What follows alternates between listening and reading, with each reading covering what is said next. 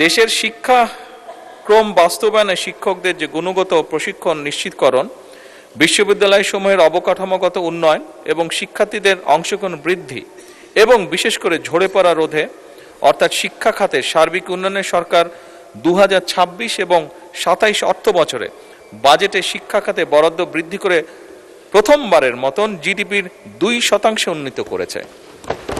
মাননীয় স্পিকার, 2026-27 অর্থ বছরে সেকেন্ডারি এডুকেশন ডেভেলপমেন্ট প্রোগ্রামে শিক্ষা মন্ত্রণালয়ে মোট 4199 কোটি টাকা, মাধ্যমিক ও উচ্চশিক্ষা বিভাগে 3599 কোটি টাকা এবং কারিগরি ও মাদ্রাসা শিক্ষা বিভাগে 600 কোটি টাকা বরাদ্দ রেখেছে। এডিপির আওতায় মোট 10টি স্কিম চলমান রয়েছে। এই 10টি স্কিমের মধ্যে একটি স্কিম ন্যাশনাল কারিকুলাম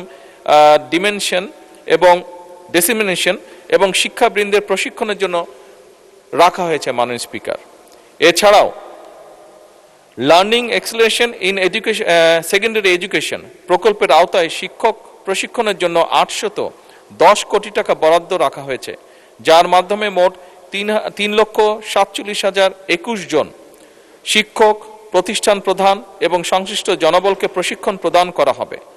প্রশিক্ষণ কার্যক্রমের মধ্যে রয়েছে বেসিক ট্রেনিং, বিষয়ভিত্তিক প্রফেশনাল ডেভেলপমেন্ট ট্রেনিং, শিক্ষা প্রতিষ্ঠান প্রধানদের লিডারশিপ ট্রেনিং, ভোকেশনাল শিক্ষকদের প্রশিক্ষণ, ব্লেন্ডেড লার্নিং, আইসিটি, লাইব্রেরি ব্যবস্থাপনা, শিক্ষার্থীদের মানসিক স্বাস্থ্য এবং বুলিং প্রতিরোধ ও জলবায়ু পরিবর্তন বিষয়ে প্রশিক্ষণ।